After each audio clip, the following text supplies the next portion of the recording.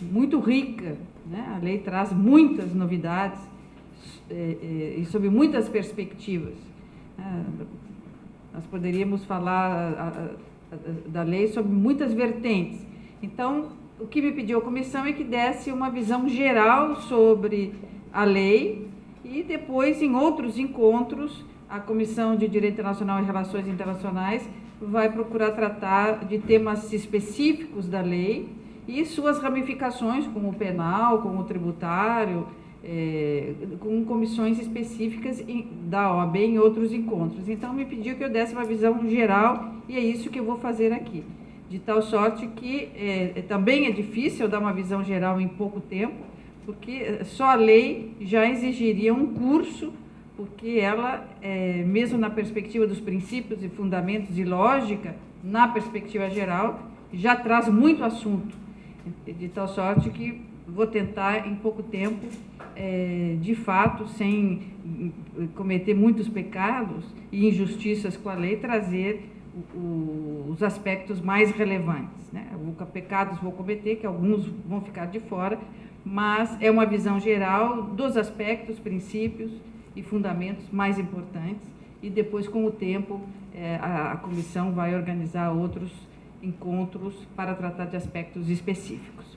Bom, o próprio nome da lei, se a gente começar pelo nome da lei, Lei de Migração, o próprio título da lei já é bastante sugestivo e já trouxe muitas polêmicas.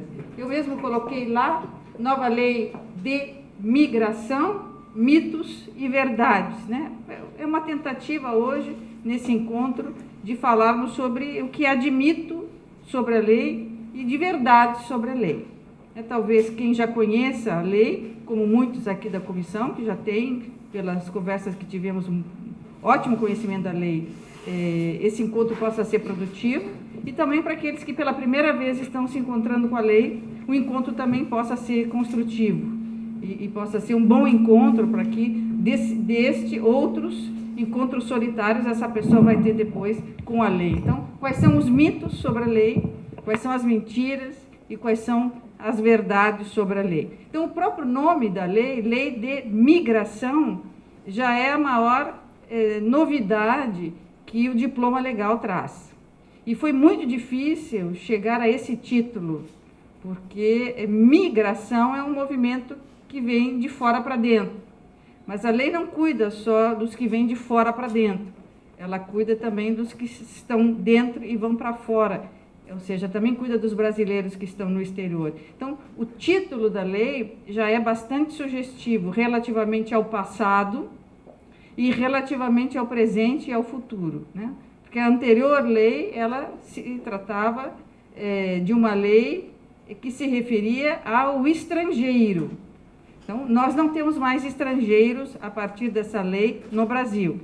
Estrangeiro é uma figura que nós não temos mais. Nós temos o migrante e o visitante. Então, o migrante é aquele que vem para o Brasil em caráter permanente ou temporário, é aquele que vem para o Brasil com vontade de aqui ficar, de forma temporária ou definitiva, né? Definitiva a gente nunca sabe, mas ele vem de muda para o Brasil, de forma permanente ou temporária, ou ele é visitante. Então, a lei atinge o migrante nessa perspectiva, aquele que vem para se estabelecer, e o visitante.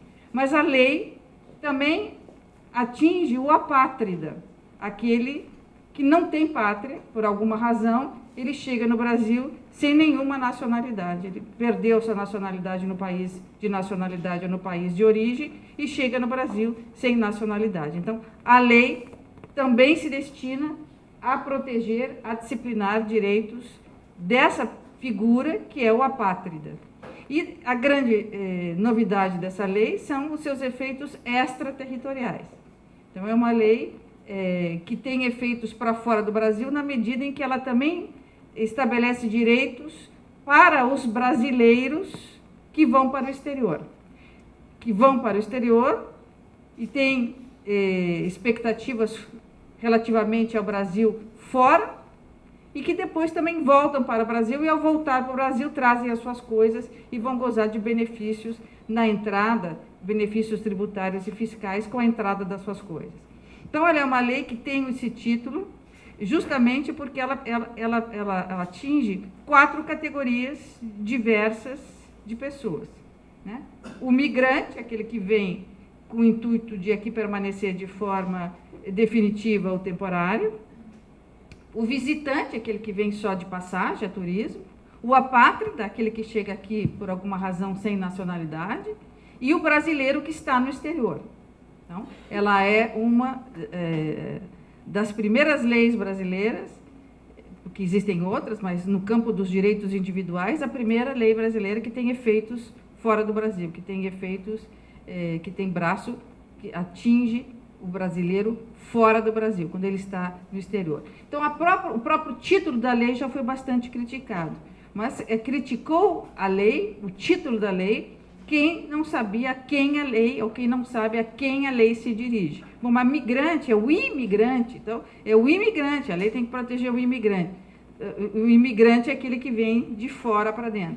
Não, mas a lei não é uma lei de imigração, ela é muito mais do que isso, por isso esse título migração, porque ela atinge todos os movimentos migratórios, o que vem de fora para dentro, e o que está aqui dentro e vai para fora. E também aquele que chega sem nacionalidade. Então, o próprio título da lei como eu disse, bastante sugestivo do seu conteúdo, e o próprio título já diz a que a lei se propõe.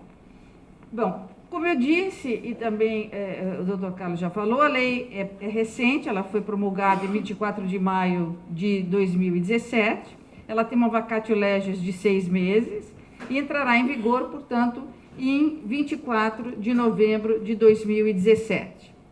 Nossa, que econômica que eu fui nos tamanhos das letras. Ela revoga uma antiga lei, será que dá para aumentar? Não, vocês estão enxergando? Ela revoga alguns diplomas legais e passa a ser interpretada, examinada, com outras leis que são igualmente importantes, tão importantes quanto elas. Mas o relevante é que ela revoga 2 textos antigos que já estavam bolorentos e rançosos e que precisavam desaparecer do cenário jurídico nacional porque não se adaptavam mais às novas realidades, aos movimentos migratórios, à globalização, que são esses 2. Primeiro, era a Lei 818, que regulava a aquisição e perda da nacionalidade. Com a própria Constituição de 88, esse diploma legal, a Lei 818, já estava defasada, precisava de um novo diploma legal. Então, essa lei específica de 1949, sobre aquisição e perda da nacionalidade, desaparece. Também desaparece, também fica revogado o antigo Estatuto do Estrangeiro, a Lei 6815/80, que é uma lei, foi uma lei que durou muito tempo, dura até hoje, né, porque ainda estamos na vacatio legis da Lei da Migração, que foi uma lei elaborada durante o período militar. Quando surge a Constituição de 88, a Constituição de 88 vai tratar do tema da nacionalidade e cidadania no artigo 12, incisos, e não trata da questão do estrangeiro, justamente porque resolve, por incrível que pareça, manter o Estatuto do Estrangeiro dos anos 80.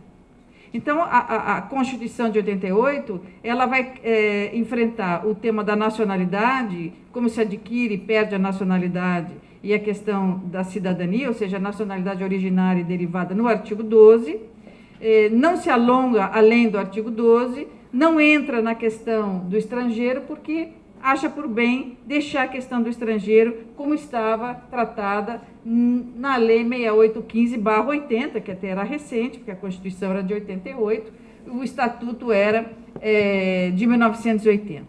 Esse Estatuto, que foi elaborado, então, naquele período, que não precisamos perder tempo para voltar a ele, porque todo mundo sabe em que período ele foi elaborado, era um estatuto bastante discriminatório, até porque no momento em que ele foi redigido, se fazia uma distinção muito grande entre brasileiro e estrangeiro.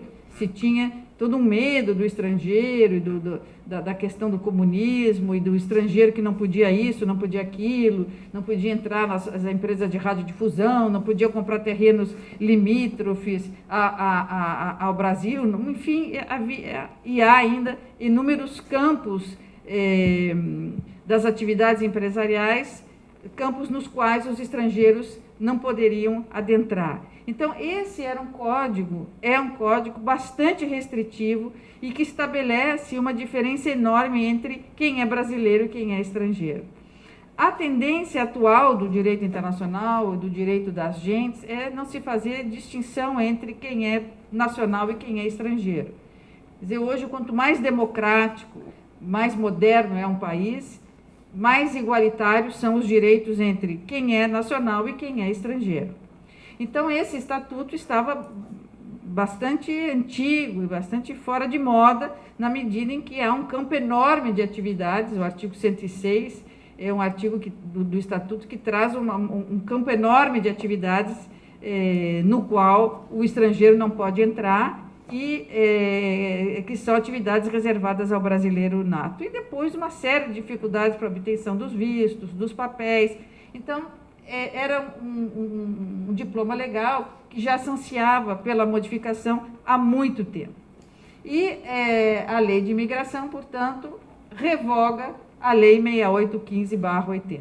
Então, muitas vezes a gente mandava ou manda um registro comercial para a junta comercial e o oficial devolve carimbado, viola o artigo 106, o artigo 90 e poucos do Estatuto do Estrangeiro ou da lei 6815/80. Lá fomos nós fazer algum registro, porque na sociedade um dos sócios era estrangeiro, ou um dos sócios tem domicílio no exterior, aí vinha a infringir essa lei. O estatuto desaparece. Vocês vão ver em seguida que a lei de imigração parte de uma outra razão, ela tem um outro fundamento. Não há mais distinção entre brasileiro e migrante e não brasileiro e, portanto, desaparece essa filosofia, essa, digamos, ideologia que sustentava a Lei 6815. A Lei de Imigração altera o Código Penal, né, no artigo 232, que entra o crime de tráfico de pessoas, fica melhor disciplinado, entra uma letra no artigo 232, letra A, que é a promoção da migração ilegal. A promoção da migração ilegal passa a ser crime também. Então, traz uma pequena, mas importante alteração no Código Penal, que é uma pena de 2 a 5 anos, que ainda pode ser agravada, conforme o tipo de prática que estimulou essa migração ilegal, e ainda acumulada com multa. E, ademais, a lei de imigração, ela passa a ser examinada conjuntamente com outras leis que já estavam em vigor no Brasil e que precisavam ser completadas e que agora foram completadas pela lei de imigração. Então, existiam outros documentos muito importantes que precisavam de complementação e a lei veio completar. Um deles, começando pelo mais antigo, era o Estatuto dos Apátridas. Como eu falei, a lei de imigração atinge também aquele que não tem nacionalidade, por alguma razão, em muitos países, inclusive no Brasil de antigamente, mas em muitos países ainda a pessoa comete um crime ou acontece alguma coisa na vida dela e ela tem a perda da nacionalidade, né? Ou qualquer outro ato da vida civil, ela perde a nacionalidade. Ou, muitas vezes, naquele país ela não tem nem o sangue e nem nasceu naquele país, então naquele país ela não tem nacionalidade. Então, há um número bem expressivo de pessoas hoje no mundo que não têm nacionalidade. Então, o Estatuto do Apátrida, que resulta de uma convenção, que é uma convenção antiga, ainda de 54, mas que está em vigor no Brasil, que entrou em vigor no Brasil por meio desse decreto de 2002, precisava de uma complementação, e essa complementação ficou agora feita na lei de imigração. Também nós temos uma outra lei que precisava de complementação no que dizia respeito às pessoas que não são brasileiras, que é a lei da informação, o acesso à informação. Os não brasileiros, que agora têm as suas vidas disciplinadas no Brasil na lei de imigração, também têm acesso à informação. Então, os mesmos direitos que nós temos à informação, os não brasileiros também têm, de acordo com a Lei 12.527. Então, a 12.527 também entrou para dentro da lei da migração. Elas passam a ser examinadas conjuntamente. O Estatuto dos Refugiados, que é uma convenção que também está em vigor no Brasil, uma convenção da ONU. O Estatuto do Refugiado, que é examinado junto com outro estatuto, que é o Estatuto do Refúgio, que são dois textos internacionais que estão em vigor no Brasil, o Estatuto do Refugiado e a Lei do Refúgio. Uma entrou em vigor bem rápido no Brasil, ainda nos anos 60, a outra demorou um pouco mais nos anos 90. Elas também precisavam de complementação, e essa complementação vem na lei de imigração. Então, esse novo marco legal, a lei de imigração, tão criticada por alguns, ela era extremamente desejada na perspectiva desses textos legais que estão na parte de baixo, no que diz respeito ao refúgio, ao refugiado, ao apátrida, de tal sorte que na lei, conforme a lei é grande, mas conforme a gente vai lendo a lei, nós vamos vendo que esses textos que eu destaquei aparecem dentro da lei. Em vários momentos, a lei é feita referência à lei da informação, à lei do refúgio, à lei do refugiado, ao código, a novidades no Código Penal, a revogação do Estatuto do Estrangeiro, a revogação da antiga lei do apátrida. Então, esse marco legal que está revogado e o marco legal que está em vigor, ele decorre naturalmente da leitura da lei. Bom, há outros textos, eu trouxe apenas os mais relevantes. O que é muito interessante na lei é que, talvez, eu não posso dizer com segurança, porque seria muito temerário, mas provavelmente é a mais moderna lei de imigração do mundo, a lei brasileira. Porque a gente sempre está acostumado com os índices ruins, né? O Brasil é o pior em desenvolvimento humano, é o pior na corrupção, aí alguém vem de uma melhor lei e parece assim um pouco ufanista. Mas provavelmente a nossa lei de imigração é uma das mais modernas, mais democráticas, mais humanitárias que existem. Não vou dizer que é a mais, porque provavelmente nesse momento talvez tenha sido na Dinamarca promulgada hoje uma lei que consiga ser melhor do que a lei brasileira. Eu vou mostrar alguns aspectos da lei que revelam a sua constitucionalização e a sua internacionalização.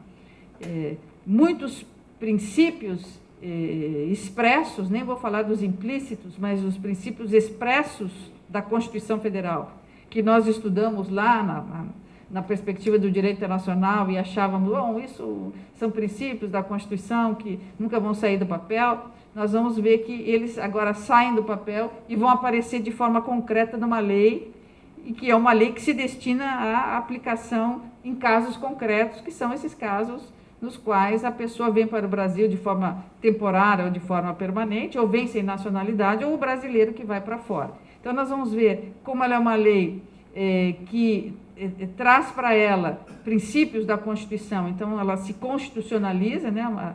É uma lei absolutamente constitucionalizada e totalmente internacionalizada, né? Ela vai trazer para ela os princípios internacionais, os mais atuais, de forma bastante clara. Então, vou ver se eu consigo passar isso rapidamente. Então, se lembram, esse parágrafo, o artigo 4º, parágrafo único da Constituição Federal, era quando a Constituição Federal entrou em vigor em 88, esse era o parágrafo único, esse parágrafo único era chamado parágrafo emenda ou proposta Franco Montoro, ele diz que a República Federativa do Brasil buscará a integração latino-americana, social, cultural dos povos, né, da América Latina, visando a formação de uma comunidade latino-americana de nações. Foi uma batalha do então político importante Franco Montoro, que visava a formação de uma comunidade latino-americana de nações. Esse fim dos anos 80, depois, em 91, é feito o primeiro tratado de formação do Mercosul, né, do Tratado de Assunção. Então, o Mercosul já se vislumbrava, nós já tínhamos tido a ALAU, que é a Associação Latino-Americana de Livre Comércio, a ALAD tinha sido celebrada em 1980, a Associação Latino-Americana de Integração. Todos os anos, né, da década de 80 tinham sido dedicados à ALAD, e já se vislumbrava a construção do Mercosul. Aí se conseguiu colocar esse parágrafo único no artigo 4º, que era o parágrafo que dizia: olha, o Brasil vai lutar pela formação de uma comunidade latino-americana de nações. E, na verdade, nunca se viu esse artigo sair daí, né, da Constituição Federal. Vejam que o artigo 3º, inciso 14 da Lei de Imigração, ele torna esse parágrafo único do artigo 4º prático. Ele faz com que a gente veja ele na prática agora, quando ele diz: a política migratória brasileira rege-se pelos seguintes princípios e diretrizes: fortalecimento da integração econômica, política, social e cultural dos povos da América Latina, mediante constituição de espaço de cidadania de livre circulação de pessoas. Vejam, livre circulação de pessoas. Isso é muito mais do que diz a própria Constituição. Porque na medida em que ele traz a expressão livre circulação de pessoas, ele vai além do próprio Tratado de Assunção. Porque o Tratado de Assunção não fala da livre circulação de pessoas. Ele fala da livre circulação de serviços, mercadorias, de fatores produtivos. Fatores produtivos. Agora, no direito brasileiro, nós já temos a figura da livre circulação de pessoas. Nós já temos um compromisso no Brasil no que diz respeito à livre circulação de pessoas. Então, nós, vindo do Congresso Nacional, não é vindo do Executivo, vindo do Congresso Nacional, nós temos o reconhecimento de que nós queremos uma integração econômica, uma verdadeira integração econômica, e reconhecemos a necessidade ou a importância da livre circulação das pessoas. Então, se a gente, claro que a gente não tem tempo aqui, mas se a gente penetrar na razão, nos fundamentos da lei, nós vamos ver que ela é uma lei bastante pretensiosa.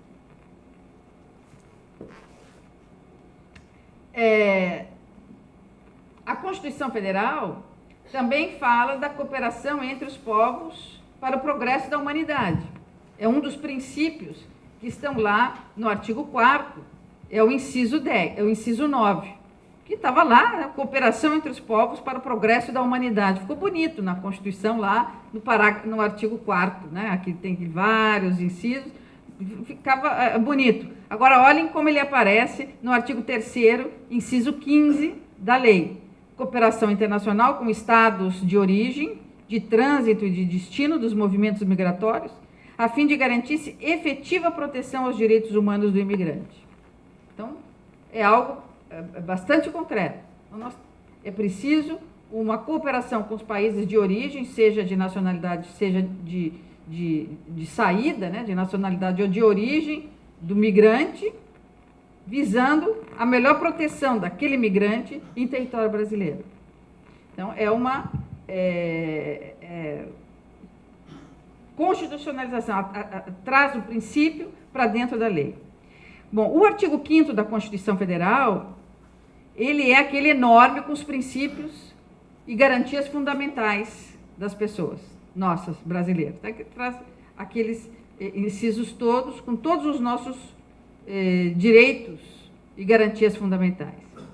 Todos aqueles direitos e garantias fundamentais, que eram redutos nossos, dos brasileiros, entram agora também para o rol dos direitos do migrante, no artigo 4º da lei, e que eu fiz uma síntese ali. Ao migrante, você sabe, migrante, o que vem permanente, temporário, visitante e o apátrida. Ao migrante é garantido no território nacional em condição de igualdade com os nacionais. Então, não tem mais diferença entre brasileiro e migrante. Estrangeiro, não se usa mais essa palavra. Ah, o senhor é estrangeiro? Não. Agora a gente tem que dizer, o senhor é migrante? O senhor é migrante, estrangeiro é uma palavra discriminatória. Então, o senhor é migrante? O senhor é migrante, tanto faz, se ele é visitante, se ele veio com um ânimo definitivo, se ele é um apátrida. O senhor é um migrante? A senhora é um migrante? Então, em igualdade de condições, inviolabilidade do direito à vida, à liberdade, à igualdade, à segurança e à propriedade. Então, aquela história do antigo código, do Estatuto do Estrangeiro, que o estrangeiro não podia ter propriedade de avião, não podia ter propriedade, ações em empresa jornalística, aquilo tudo terminou. Ele tem igualdade de condições ao brasileiro. Ou seja, tudo que está garantido ao brasileiro, hoje é garantido ao migrante. Por isso que as críticas eram tão ferrenhas, né? Como é que num país onde há tantas limitações, nós vamos abrir a porta para a entrada de pessoas e vamos dar a elas igualdade de condições? Porque nós somos todos de uma mesma família, porque nós somos todos iguais, porque a humanidade é uma só, porque nós somos únicos. Não importa se nós estamos nessa fronteira ou dentro daquela outra fronteira, nós somos uma única família. Esse é o conceito de humanidade como tal. Não importa. Então, nós estamos com um texto legal que ele vai de encontro a todos os movimentos que a gente vê hoje nacionalistas na Europa. Lá eles querem fechar porque querem estabelecer as diferenças, e esse é um texto que quer abrir porque ele tem como princípio a universalidade, o universalismo, a igualdade e um conceito de humanidade como tal. Matou um de nós, onde quer que esteja, matou um membro da nossa família. E se um de nós morreu em algum lugar, eu também sou responsável. Por que aconteceu? Eu não estava lá, não estava presente, o que aconteceu? O Estado foi falho? Então, é uma lei muito vanguarda, muito moderna nesse aspecto. O artigo 4º, parágrafo 1º da lei, diz que os direitos e garantias previstos na lei serão exercidos em observância ao disposto na Constituição Federal. Ou seja, a Constituição Federal é aplicado igualmente ao migrante, independentemente da situação migratória. Independente se ele é permanente, se ele é temporário, se ele é visitante, se ele é apátrida, não se faz diferença. Observado o disposto no parágrafo 4º desse artigo, e não excluem outros decorrentes de tratados de que o Brasil seja parte. Então, vejo que é uma lei constitucionalizada e internacionalizada. Ela está dizendo, olha, a Constituição vem aqui para dentro e se espraia para o migrante, e, ademais, todos os tratados internacionais de que o Brasil é parte hoje e de que venha a ser parte amanhã. E essa lei ainda vai mais longe ainda, que depois vocês vão ver, ela chega ao ponto de resolver a questão de conflito entre a lei interna e os tratados internacionais sobre a matéria. Outros aspectos que eu destaquei aqui. A lei manda aplicar normas internacionais específicas sobre refugiados, asilados, agentes, pessoal diplomático ou consular, funcionários de organização internacional e seus familiares.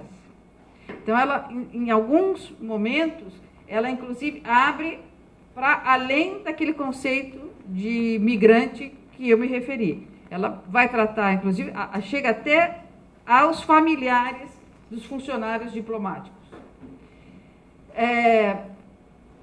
Ela vai falar também da observância ao disposto nos tratados, que eu já me referi, ao princípio de acolhida humanitária, que é um princípio fundamental norteador da lei, que é o universalismo, a universalidade e o princípio de que a humanidade é uma só e de que nós compomos uma única família.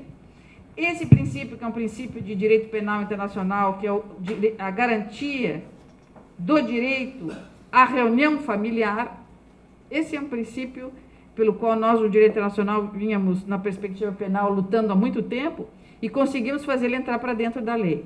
Então, esse princípio da reunião familiar, ele é muito importante na perspectiva penal, né? Então, o sujeito ele é condenado na Indonésia, mas a gente pede brasileiro que ele seja extraditado para o Brasil, para que ele, então, cumpra a pena dele aqui, para que ele aqui fique perto da família, a família possa visitá-lo, ele possa ver os primos crescerem, se ele for casado, ver os filhos crescerem, ter contato com a esposa. Esse é um princípio de ordem pública internacional, que é a reunião familiar.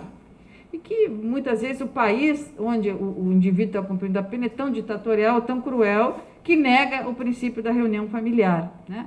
Mas ele é um princípio humanitário muito importante. Vocês vão ver que ele entra para dentro da lei e ele vai, inclusive, orientar os novos critérios de nacionalização. Porque os critérios para aquisição da nacionalidade brasileira, nacionalidade derivada, né, não nata pelo nascimento no Brasil, mas derivada, os critérios de nacionalização se atenuaram muitíssimo, né? Eu posso chegar hoje no Brasil e amanhã de manhã já pedir a minha nacionalização. E um dos requisitos é o princípio da reunião familiar. Então, o estrangeiro chegou aqui, mas é casado com brasileiro, ou tem uma companheira, ou um companheiro brasileiro, ou um significant other, né? No Brasil, ou tem um filho no Brasil, pode requerer a nacionalidade brasileira com base no princípio da reunião familiar.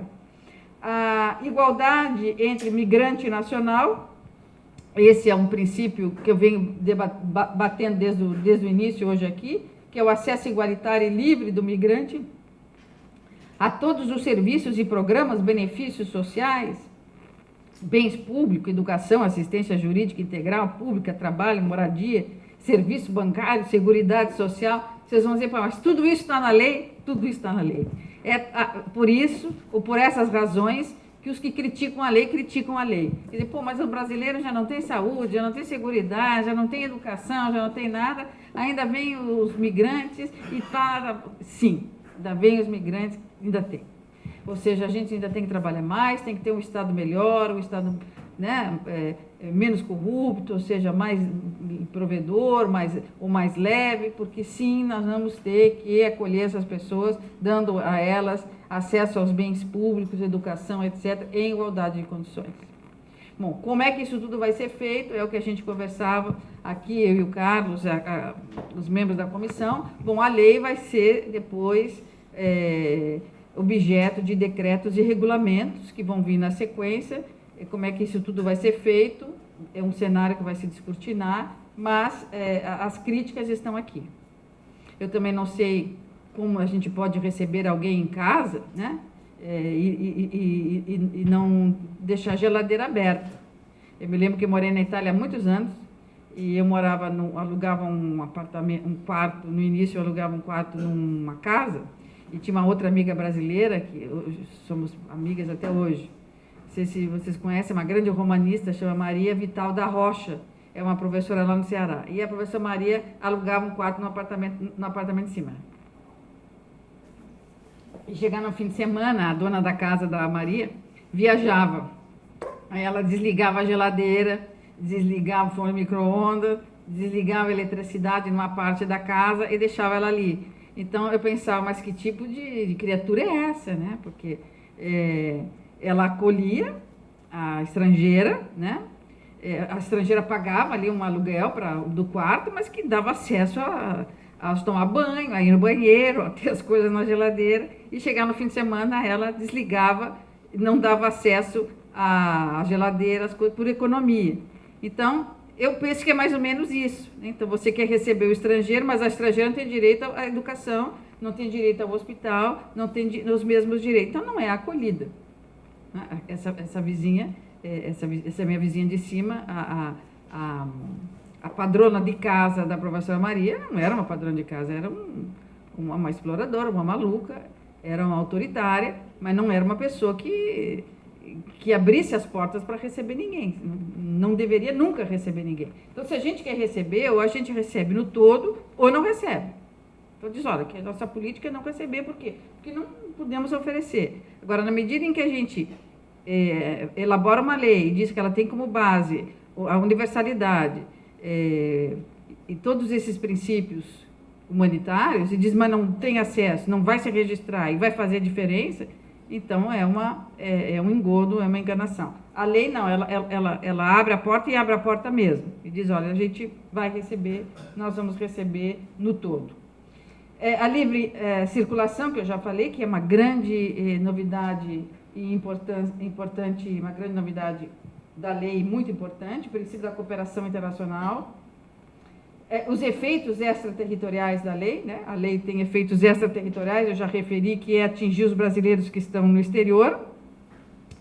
E também a lei deixa bem claro que ela é uma lei que repudia a prática da expulsão e da deportação coletiva.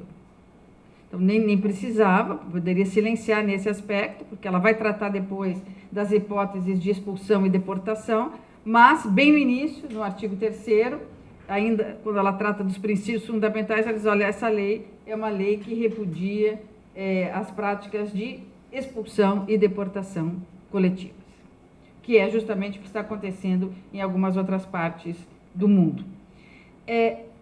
Ainda nessa parte, digamos, importante da lei, que é da internacionalização e da constitucionalização, esse é um tema muito importante, que na hipótese de conflito entre lei interna e tratados internacionais, esse é um dos temas mais dramáticos no Brasil.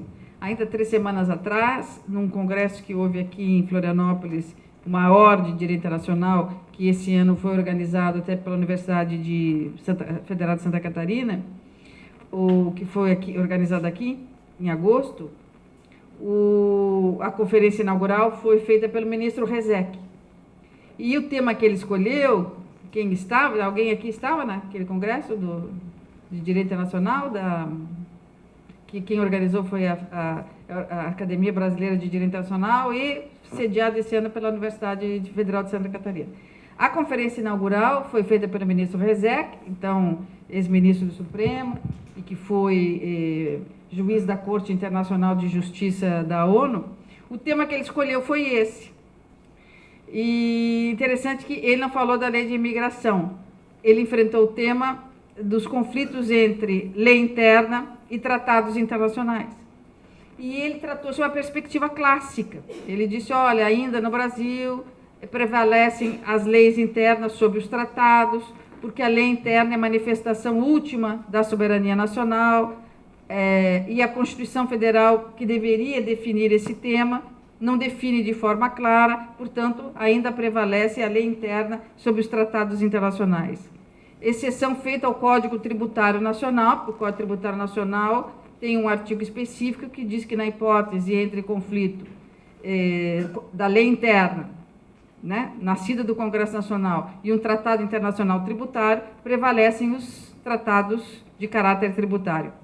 Exceção aqui também, porque aqui também está na lei de imigração que a lei, na hipótese de conflito entre a lei, entre o direito interno e os tratados firmados pelo Brasil, favoráveis ao migrante, prevalecem os tratados internacionais. Ainda faz uma ressalva, em particular os tratados firmados no âmbito do Mercosul.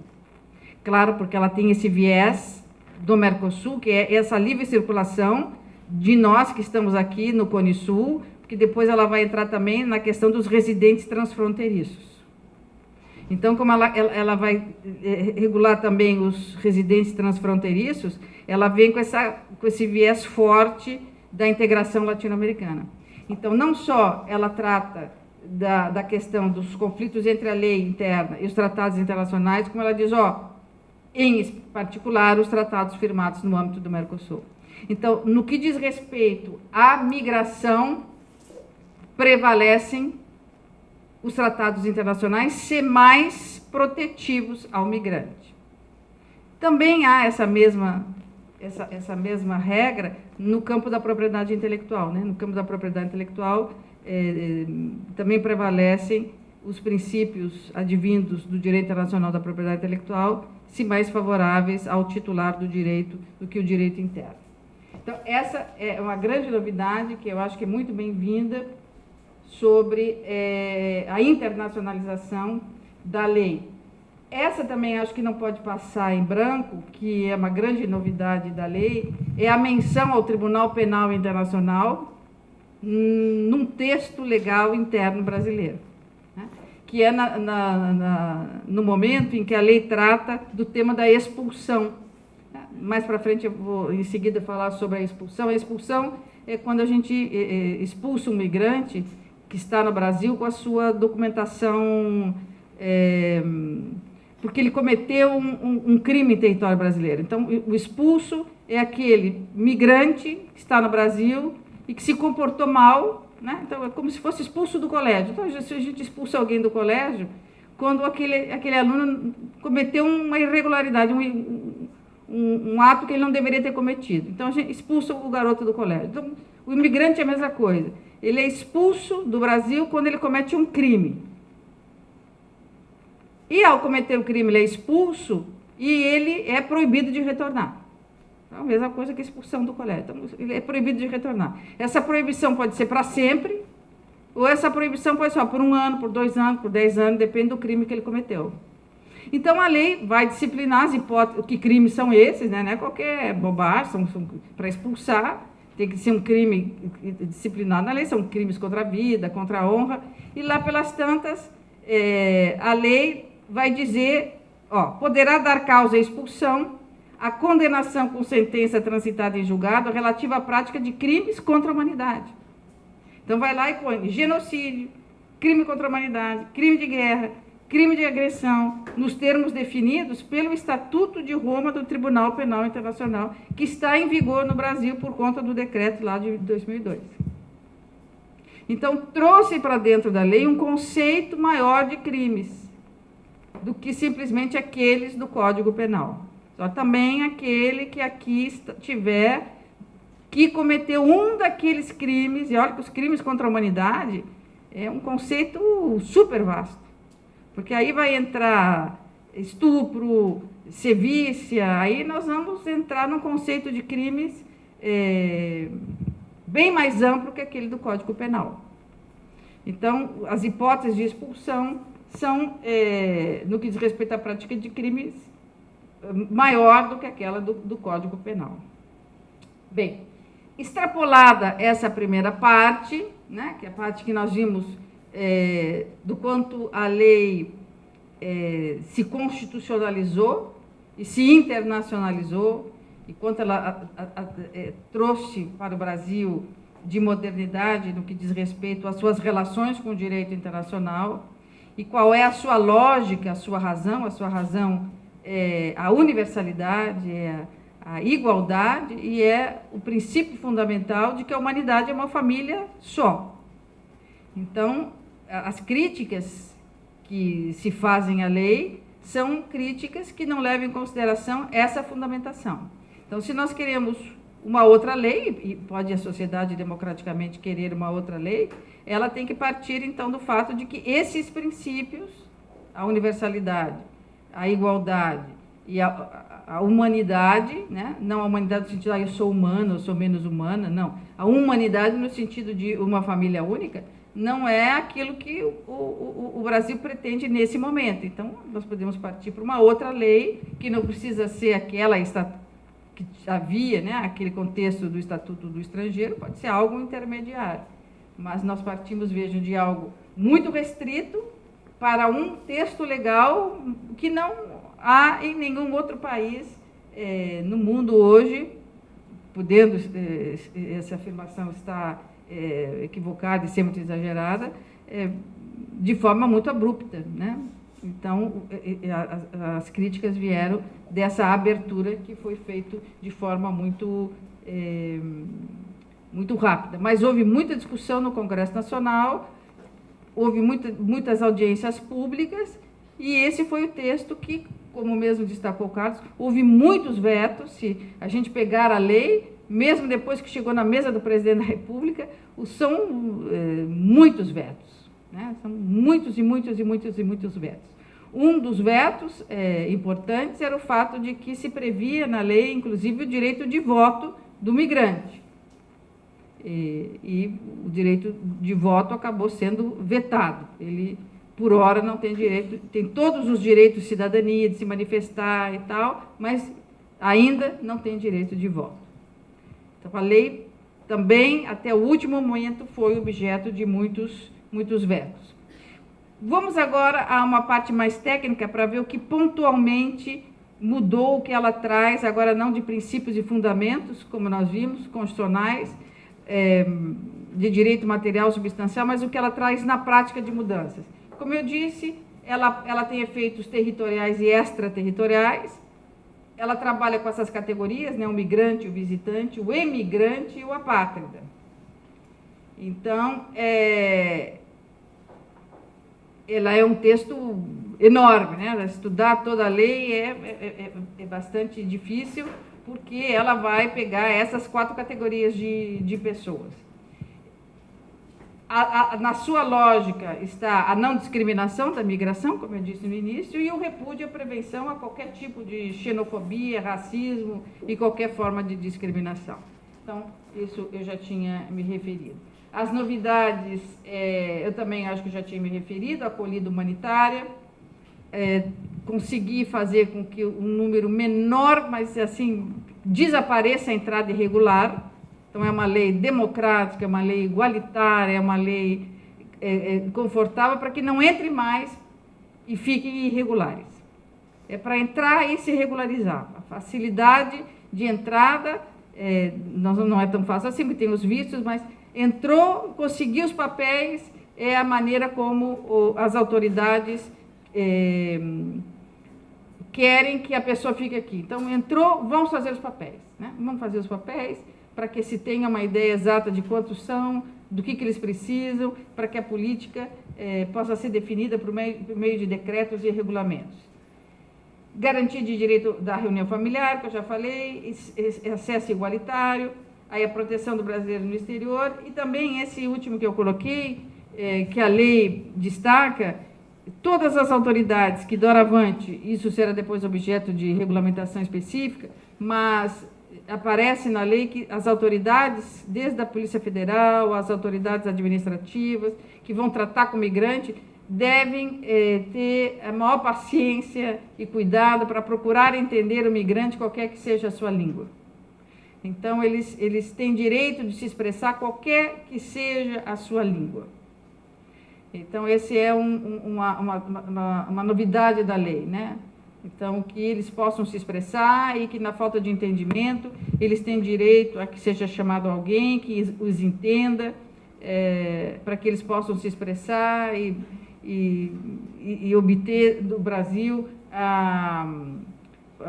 o cumprimento da lei da melhor forma possível. Bem, a entrada no Brasil continua sendo a mesma, né? A entrada é livre com base no princípio da reciprocidade. Se o país de destino, se o país estrangeiro não exigir visto de brasileiro, o Brasil também não exige visto daquele país para entrada aqui. Se exigir visto, os vistos que nós exigimos continuam sendo os mesmos, de visita, temporário, diplomático, oficial e de cortesia. O que melhorou, o que deve melhorar, porque isso vai ser objeto de regulamentação, é como esses papéis vão ser concedidos. As tabelas de valores já constam na própria lei, num anexo, os preços, não houve alteração na obtenção dos preços, de tal forma que o que vai mudar será apenas a agilização no que diz respeito à obtenção dos vistos, né? Os registros, todos deverão ter registros. Entrou em território brasileiro, mesmo que seja por mera autorização de residência, aquele que vem por residência, nós vamos ver quem são, qualquer um que estiver em território brasileiro, como eu disse, terá que ter os seus registros. O registro é facilitado, mas ele terá que ter o seu registro. Se ele é um migrante, qualquer uma das categorias, e for pego pela polícia e não tiver os seus registros, a situação dele vai ser complicada, porque provavelmente ele será expulso, né? Ou deportado, mas ele terá que ter os seus registros. Ou será concedido um prazo para ele se adaptar, para ele se providenciar as papeladas. Mas sem registro ninguém mais fica. Os que entram por refúgio, asilo ou os apátridas, eles nem precisam ter documentação nenhuma. Basta alegarem na fronteira do Brasil, olha, eu vim buscar asilo ou proteção, ou sou um apátrida, bom, aí dele não precisa apresentar documento nenhum, e ele chega indocumentado, mas os documentos aí serão necessários fazer em território brasileiro. Bem, o residente fronteiriço, esse que eu falava antes, que é uma novidade, é muito importante para aqueles que vivem em zona de fronteira. Esses podem pedir às autoridades brasileiras a sua livre circulação. Esses residentes de fronteira têm muito problema. Então, eles pedem, eles não têm direito a visto, não é nada, é muito mais do que isso. É o que se chama direito à livre circulação como residente fronteiriço. Ele pede uma carteira de identidade, um registro, ele se dirige à Polícia Federal, onde a gente faz o registro do estrangeiro, e diz, olha, eu sou um residente fronteiriço. Ele recebe uma identidade de residente fronteiriço, nessa identidade de residente fronteiriço vai constar o município onde ele faz fronteira, onde ele pode livre circular, onde pode realizar todos os atos da vida civil. Então, ele nem se trata de visto, mas simplesmente de um residente fronteiriço. Essa é uma novidade. Há muitas outras hipóteses para obtenção da residência, né, que não é residência fronteiriça, mas é uma outra hipótese de residência, que é aquele que não é o residente fronteiriço, mas é outro tipo de residente, aquele que veio fazer pesquisa, fazer tratamento de saúde, veio para uma acolhida humanitária, veio fazer um trabalho específico e tal, ele nem entra na categoria dos vistos, ele poderá entrar simplesmente com uma autorização de residência. Autorização de residência por X meses, por 1 ano, por tantos anos, é uma categoria diferente da categoria do visto.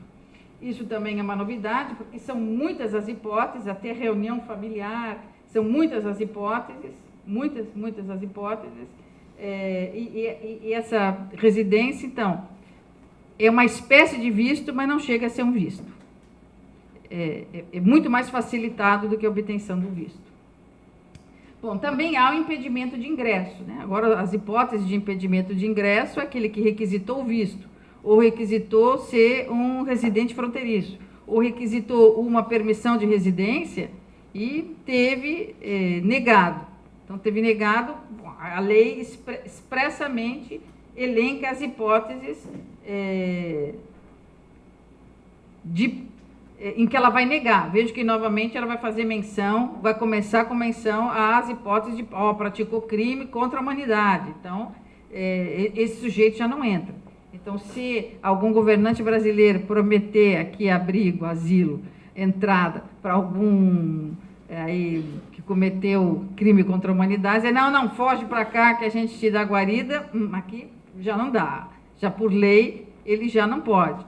É bom também, porque se ele diz...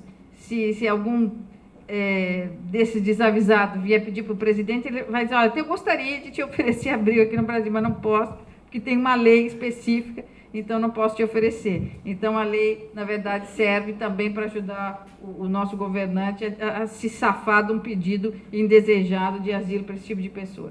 Mas há várias hipóteses em que o impedimento pode ser feito. Claro que essa pessoa tem direito a um recurso administrativo, né? A lei também prevê, também tem direito a um recurso, mas há hipóteses claras de impedimento de ingresso. Bom, assim como há impedimento de ingresso, por razões específicas, também há medidas de retirada compulsória e também na vida prática se faz muita confusão entre deportação, repatriação e expulsão. Essas são as medidas de retirada compulsória. Essas medidas de retirada compulsória implicam na devolução da pessoa para o país de nacionalidade ou país de destino, né? E são figuras diferentes. A deportação, ela acontece no portão. Então, deportação porque ela acontece justamente ali no portão. A pessoa tentou entrar no aeroporto, no porto, ela tentou entrar e não estava com a papelada correta. Não estava aí com os papéis. Eu comecei aqui com a repatriação, mas podemos começar com a deportação, né? A deportação é feita se a pessoa chega no portão, né, pelo próprio nome diz, e tem que voltar. A repatriação também, ela volta para o estado de origem. Na expulsão, que é bem mais complicado. Então, eu até posso fazer confusão entre deportação e o primeiro que eu coloquei, e a repatriação. Mas a expulsão é um processo bem mais sofisticado. E que também não se confunde, eu botei aqui também, pensei que eu não tinha posto, a extradição. A extradição já é uma outra figura. As figuras de medida de expulsão são essas: deportação, repatriação e expulsão. A repatriação é quando a pessoa, o que acontece nos Estados Unidos toda hora, às vezes um amigo da gente liga para a gente e a gente diz, você não ia para os Estados Unidos, não viajou ontem? Ele diz, foi repatriado, porque estava com visto errado, não me deixaram nem entrar. A repatriação acontece quando a gente nem chega a entrar no país de destino. Então, a repatriação tentei entrar, o sujeito tentou entrar no Brasil e, por alguma razão, não estava aqui com a documentação correta, ou não estava com visto, ou não estava com a documentação. Ele está escrito ali, feita por imediata comunicação do ato fundamentado de repatriação à empresa transportadora, ou ao país de origem, ou ao país de destino. Então, a pessoa tentou entrar no país, no Brasil, e por algum motivo não estava com a documentação. A Polícia Federal olhou, esse passaporte aqui está falso, essa fotografia aqui não está boa, não gostei. O senhor veio fazer o quê? Eu vim fazer um negócio, mas cadê o seu visto? É um ato arbitrário da Polícia Federal. Claro que diz aqui, ela tem que comunicar a Defensoria Pública, da União, que é notificada, mas não dá tempo de fazer nada disso. Porque ela simplesmente comunica à empresa transportadora, olha, esse sujeito veio no seu voo, sim, ele vai de volta. Ele nem sai dali de dentro. E já comunica o país de origem, que pode ser o país de nacionalidade ou o país da onde ele pegou o avião, olha, o camarada vai voltar. E no primeiro avião de destino, para aquele país de origem ou de nacionalidade, ele vai voltar. Então, a repatriação, não acontece nada, o sujeito não fica com ficha suja, nem ninguém fica sabendo, nem nada. Por um ato da autoridade que está ali na hora, no portão, né, olhou, achou que por alguma razão ele não deve entrar porque a documentação está certa, o visto não está certo, volta. Comunica a empresa transportadora, comunica o país de origem, vai. Comunica o país de origem porque ele tem direito isso veio de outra convenção, a proteção consular. Então, geralmente, aquele que ficou detido, ele chama o seu cônsul, o seu embaixador, se eles tiverem boa vontade, eles vão lá ver o que aconteceu, às vezes ajudam, às vezes não ajudam. Muitas vezes ajudam. Já vi casos em que ele vem mesmo, você não deixou ele entrar por quê? Não, esse documento, aqui esse passaporte está com jeito. Não, esse passaporte é válido. Então, muitas vezes a autoridade consular ajuda, sim, a pessoa a entrar. A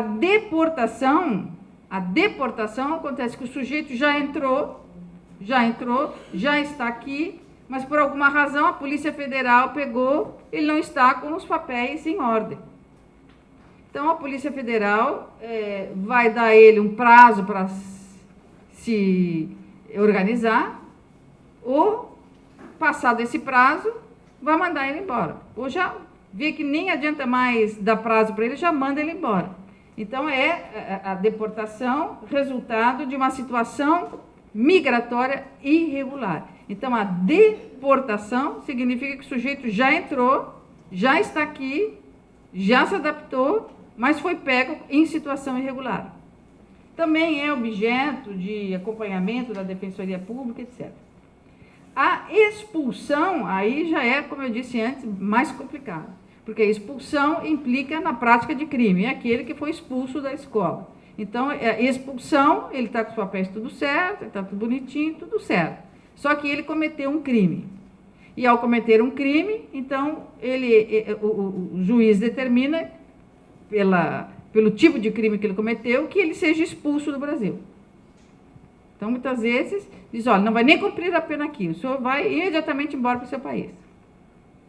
Às vezes até um alívio, ele diz, que bom, porque vou lá e vou ficar lá no país de origem, vou cumprir a pena lá e vou ficar perto da minha família, né? Então, depende muito de como o juiz, aí está na mão do juiz que vai determinar, caberá à autoridade competente, como é que ele vai resolver isso. Se vai expulsar, se vai mandar para o país exigir o cumprimento da pena lá, que tipo de pena, como é que ele vai fazer isso, por meio hoje da cooperação judiciária internacional, que está bastante eficiente. A extradição já é outra coisa bem diferente, porque a extradição já resulta de um acordo de cooperação internacional. Então, já é o país estrangeiro que pede para o Brasil, o sujeito está aqui, a gente nem sabe, está tudo certo, ele não está incomodando ninguém, não cometeu nada, nem sabemos que ele está aqui. Pode estar irregular ou regular, como estava o Cesare Battisti, ninguém nem sabe dele, mas a autoridade estrangeira pede que se remeta aquele indivíduo para o país que pede a extradição. Me diz, olha, porque ele cometeu um crime, isso, mais aquilo. Então, aí se estabelece um processo de extradição, e claro, o extraditando tem direito a se defender aqui no Brasil, dizer, não, mas eu não vou, não quero, não, isso, mas aquilo, não, eu estou pedindo a nacionalização, não vou pedir a nacionalização, não, estou com meus papeizinhos fazendo, não cometi um crime, isso não é verdade. Aí ele começa a se defender, esse processo corre na Justiça Federal, chega até o Supremo, como a gente já viu, né? E ele pode ser extraditado ou não, mas ele é um ato que vem de fora para dentro, né? A expulsão, repatriação é de dentro para fora e a extradição é de fora para dentro. Isso também está previsto na lei. Também quero, antes de terminar, não deixar de mencionar que o artigo 12 da lei, o artigo 12 da Constituição Federal, que trata da nacionalidade e da naturalização, também agora foi, de uma certa forma, regulamentado, porque há novos critérios para se obter a nacionalidade brasileira derivada, que vulgarmente a gente chama cidadania ou a naturalização, né? A naturalização pode ser de dois tipos, originária, né? Nasci no Brasil, sou brasileiro, ou derivada de alguma condição. Estou no Brasil há 10 anos, portanto, posso me transformar num brasileiro derivado do tempo que eu passei aqui. Então, isso chama-se vulgarmente cidadania ou naturalização.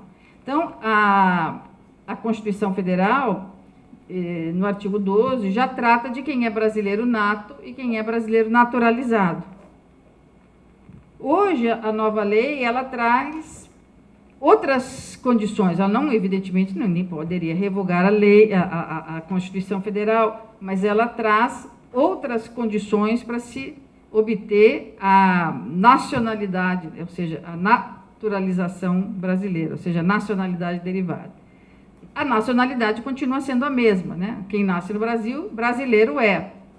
E a Constituição Federal também diz que pode adquirir a nacionalidade brasileira.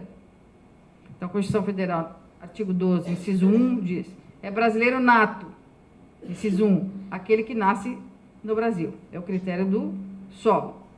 Depois ela diz, inciso 2, o filho de pai brasileiro ou mãe brasileira que esteja no exterior a serviço do Brasil ou não a serviço do Brasil, depois com as reformas do ano 2000, e que o pai e a mãe peçam nas autoridades consulares do Brasil o registro brasileiro desse brasileirinho lá no exterior.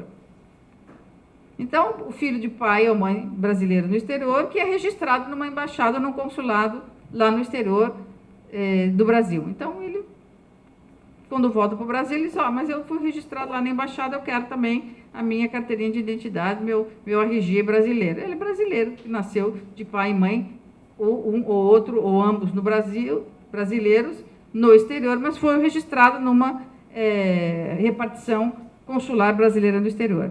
Vejam que agora a lei acrescenta mais uma hipótese, além do inciso 1 e 2 do artigo 12, tem essa hipótese aqui da lei. Filho de pai ou de mãe brasileiro nascido no exterior e que não tenha sido registrado em repartição consular, a qualquer tempo, promover ação de opção de nacionalidade. Claro, aquele brasileirinho que nasceu no exterior, mas nem o pai nem a mãe registraram ele lá. Então, não registraram, mas depois ele veio para o Brasil, a lei diz, olha, a qualquer tempo, ele pode requerer a nacionalidade brasileira. Então, há uma outra hipótese, além daquelas do artigo 12, incisos 1 e 2. Bom, a naturalização, agora sim, a naturalização mudou muitíssimo.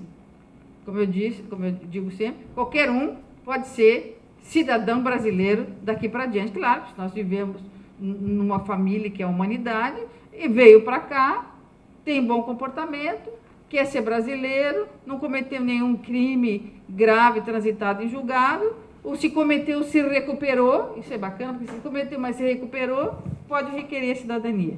Então, existem 4 tipos, a ordinária, extraordinária, especial e provisória. Tem para todo tipo. Então, basta querer ser brasileiro. A ordinária, que é a comum, vejam, a comum, que antes era, na Constituição Federal, de 15 anos, já foi de 30, passou para 15, agora passou para 4. Então, a ordinária está residindo no Brasil pelo menos há 4 anos. Pelo menos há 4 anos. Comunicar-se em língua portuguesa, considerado as condições do naturalizando. Né? Então, se comunicar-se em língua portuguesa, não é fluentemente, sem sotaque, é considerada as características da pessoa. E não possuir condenação penal ou estiver reabilitado nos termos da lei. Claro, se a pessoa foi condenada, mas se reabilitou, não vai ficar com aquela chaga para sempre. Então, essas são as condições. Hoje, 4 anos no Brasil. Vocês vão dizer, puxa, 4 anos? Agora, vejam que isso ainda pode diminuir. Podemos ainda reduzir para 1 ano. 1 ano. Se o sujeito, se a pessoa, né, não podemos mais dizer nem U ou nem A. Se a pessoa tiver filho no Brasil, tiver um companheiro no Brasil, ou, veja, tiver prestado, ou puder prestar, a lei é bem democrática, poder prestar serviços relevantes ao Brasil, ou recomendar-se por sua capacidade profissional, científica ou artística. Então, aqui é muito subjetivo, né? Então, qualquer um, não digo qualquer um, mas alguém que reúna essas condições poderá. Ainda permanecem também os 15 anos lá da Constituição, não foi alterado, né? Só para lembrar. A provisória é muito interessante porque são para as crianças. Então, as crianças que estiverem no Brasil, antes de completar 10 anos, também podem ter a sua nacionalidade, a sua cidadania provisória, e assim que completarem a maioridade, aí optam se querem ser brasileirinhos ou não. Então, também há essa provisória. Bom, para terminar, mas nem por isso menos importante, eu sei que vocês estavam curiosos, quais são os efeitos extraterritoriais da lei. Vejam que a lei tem toda uma política para os emigrantes, que somos nós, que vamos morar em Miami, né, com medo do PCC, do Rubinho, da novela das 9, então agora todo mundo quer ir morar fora.